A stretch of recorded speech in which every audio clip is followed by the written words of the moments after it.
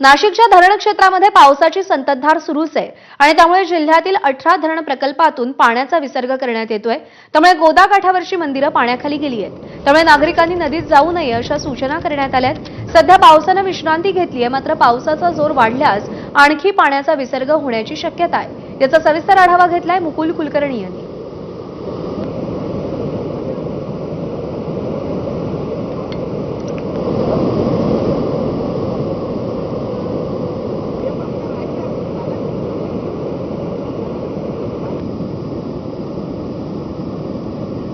मागील 4 ते 5 दिवसापासून नाशिक शहरासह धरणांच्या पाणलोट क्षेत्रामध्ये संततधार सुरू आहे। त्यामुळे धरणांच्या पाण्याच्या पातळीमध्ये वाढ झालेली आहे आणि धरणांमधनं पाण्याचा विसर्ग हा केला जातोय। आपण आता रामकुंड परिसरामध्ये आहोत। गंगापूर धरणामधनं मागील 2 ते 3 दिवसापासून 2030 क्युसेक वेगानं पाण्याचा विसर्ग सुरू होता। मात्र या विसर्गामध्ये काल दुपारनंतर वाढ करण्यात आलेली आहे। सध्या जो होळकर पूल आहे, होळकर पुलापासून दुतोंड्या मारुती म्हणजे रामकुंडापर्यंत पाण्याचा प्रवाह, पाण्याचा विसर्ग हा 6000 क्युसेक वेगानं सुरू आहे। 2 दिवसापूर्वी गणपती विसर्जन होतं, त्यावेळी देखील गोदामाई ही दुथडी भरून वाहत होती। त्यामुळे नागरिकांना सतर्कतेचा इशारा दिलेला होता।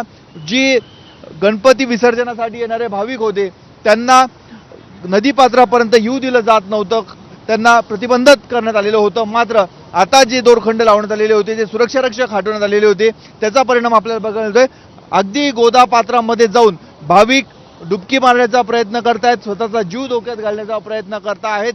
खरं तर नागरिकांनी सतर्कता बाळगणं अत्यंत आवश्यक असताना देखील नागरिकांकडनं बेजबाबदारपणाचं वर्तणूक गोदा काठावर केलं जात आहे। त्यामुळे प्रशासन आता नेमकं किती अलर्ट राहतं, किती सतर्क राहतं हे बघणं ही तेवढंच महत्त्वाचं आहे।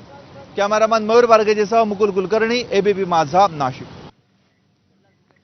कोयना धरणामध्ये क्षमतेच्या 1.5 पट पाण्याची आवक सुरू आहे आणि त्यामुळे कोयना धरणाचा जलसाठा हा 99% घरात पोहोचलाय। कोयना पाणलोट क्षेत्रामध्ये गेल्या 2 दिवसांपूर्वी एकूण सरासरीपेक्षा जास्तीच्या पावसाचा टप्पा ओलांडला गेलाय। त्यामुळे धरणाचे दरवाजे 1 फुटानं उघडण्यात आलेत। या पावसामुळे कोयनेतून होणाऱ्या वीज निर्मिती आणि धरणाखालील कृष्णा कोयना नद्याकाठी पुरवल्या जाणाऱ्या पाण्याचा वर्षभराचा प्रश्न मिटलेला आहे।